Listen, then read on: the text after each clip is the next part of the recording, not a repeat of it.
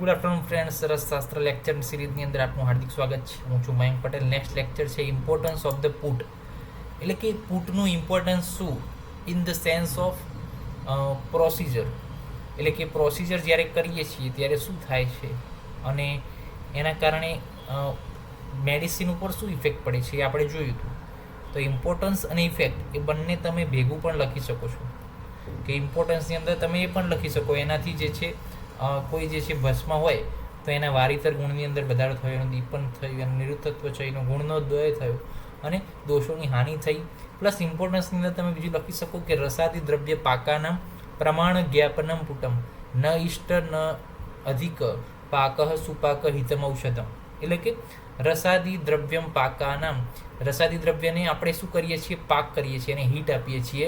પ્રમાણ જ્ઞાપનમ પુટમ, યોગ્ય પ્રમાણમાં આપણે રસાદી દ્રવ્યને જ્યારે હીટ આપીએ છીએ એ કામ શેનું છે? પુટનું કામ છે. ન ઇષ્ટ ન અધિક, એટલે કે ન ઇષ્ટ એટલે કે અધિક, ઓછો પણ નહીં અને વધારે પણ નહીં. ન ઇષ્ટ ઓછો નહીં, ન અધિક એટલે કે વધારે પણ નહીં. પાક સુપાકમ હિતમ ઔષધમ, અને ઓછી હીટ પણ નહીં, વધારે હીટ પણ નહીં. એક પ્રોપર જે હીટ આપવાની હોય છે, હીટ જે છે કે જે ઔષધ માટે શું છે? હિતમ ઔષધમ, કે જે ઔષધ માટે હિતકારી છે. અને એ કોના દ્વારા આપણે આપી શકીએ છીએ? પુટ દ્વારા આપી શકીએ છીએ. આ જે છે ઇમ્પોર્ટન્સ છે પુટનું, કે પ્રોપર જે હીટ આપવાની હોય છે એટલી જ હીટ જે છે ઔષધિને મળે છે, જે ઔષધિના બેનિફિટમાં હોય છે.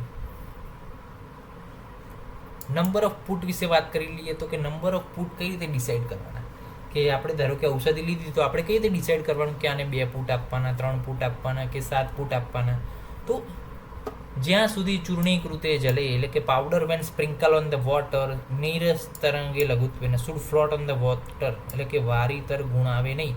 જ્યાં સુધી ભસ્મની અંદર કે જે આપણે શોધન પ્લસ ભાવના પ્લસ પુટ આપવાનું, કેટલી વાર પુટ આપવાના? તો કે જ્યાં સુધી ભસ્મ બને અને ભસ્મ જે છે પાણી ઉપર ન તરે ત્યાં સુધી જે છે આપણે પુટ આપવાના છે.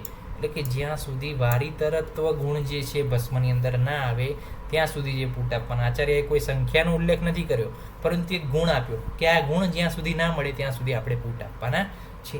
એ જે છે નંબર ઓફ પુટના અંડરમાં આવે છે. તો નેક્સ્ટ લેક્ચરની અંદર પુટનું ક્લાસિફિકેશન જોઈશું. ઇમ્પોર્ટન્સ અને ઇફેક્ટ ઓફ ધ પુટની અંદર સેમ તમે લખી શકો છો. અને પ્રીવિયસ એની લેક્ચરની જે છે લિંક છે એ પણ તમારા કાર્ડ્સની અંદર જમણી બાજુ ઉપર તમને શો કરશે. તેવી વ્યવસ્થા કરાવડાવું છું. નેક્સ્ટ લેક્ચરમાં મળીશું. ત્યાં સુધી જય હિન્દ, જય ભારત, જય આયુર્વેદ, જય ધન્વંતરી. નમસ્કાર.